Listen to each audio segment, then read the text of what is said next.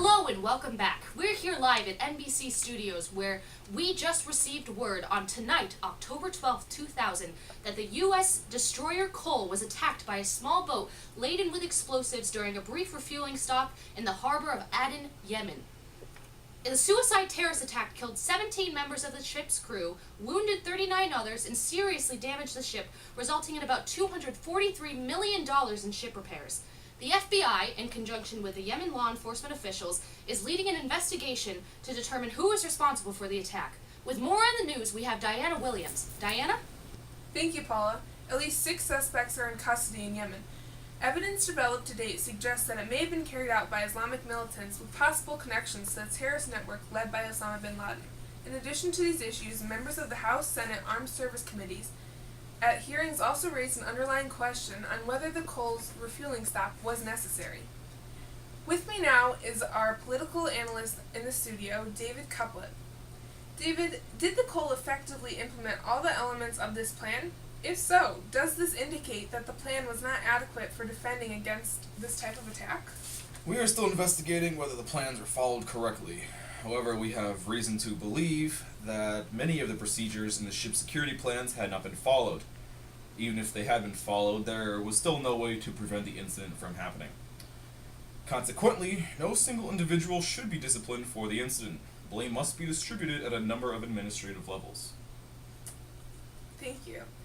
And David, what is the best way to defend against terrorist attacks by persons with legitimate access to U.S. forces? The Cole was refueled by a private Yemeni ship supply company that had advanced information on the ship's itinerary. Although it now appears that the attack may have been carried out by persons with no connection to this firm, the attack still raises questions about the security implications of relying on private foreign companies to refuel U.S. Navy ships. Thank you, David.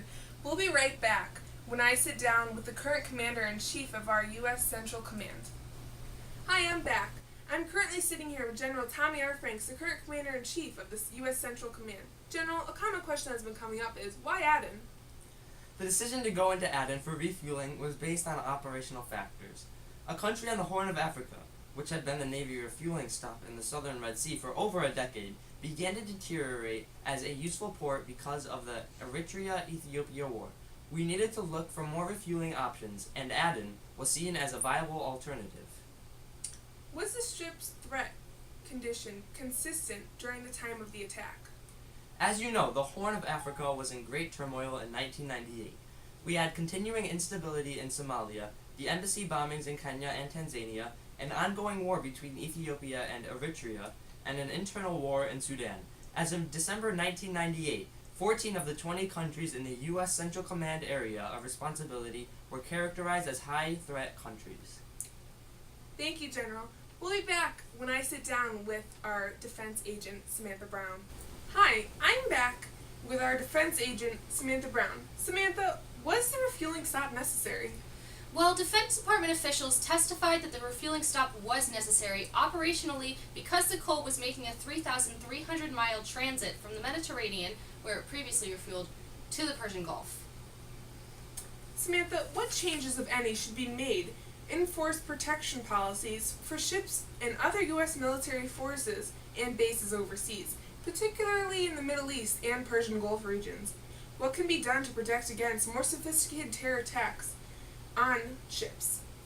Well, Diana, officials argue that it would be impractical to have enough tankers so that everyone could always be assigned to combat ships engaged in solitary transits. Since the end of the Cold War, though, the Navy has become more comfortable with the idea of breaking forward deployed to battle groups into small subformations, including solitary ships, to take better advantage of the modular flexibility of the naval forces for responding to specific needs overseas. The policy issue might thus be as followed. Are the referring related risks created by solitary transits combined with the 50% fuel policy properly balanced against the benefits of moving ships in this manner and preserving the projected tactical mobility among arrival in the intended area of operation? That's a good observation, Samantha. We now go back to Paula in our studios. Thank you, Diana, for that useful information. We now go to Laura Petrovic for a full screen analysis with video on what exactly happened on this night. Laura? Thank you, Paula. As you can see by this 3D model of the USS Cole, the small ship comes right up next to the large vessel, and blows a hole 40 feet wide right in the engine room underneath the mess hall. Now, that force was so powerful that it blew the ceiling of the mess hall right up through the rest of the ship, as you could tell by these damaging pictures. Thank you. Back to you, Paula. Thank you, Laura. And that concludes our segment on the USS Cole bombing. We now go to Rick Buttersley with the weather.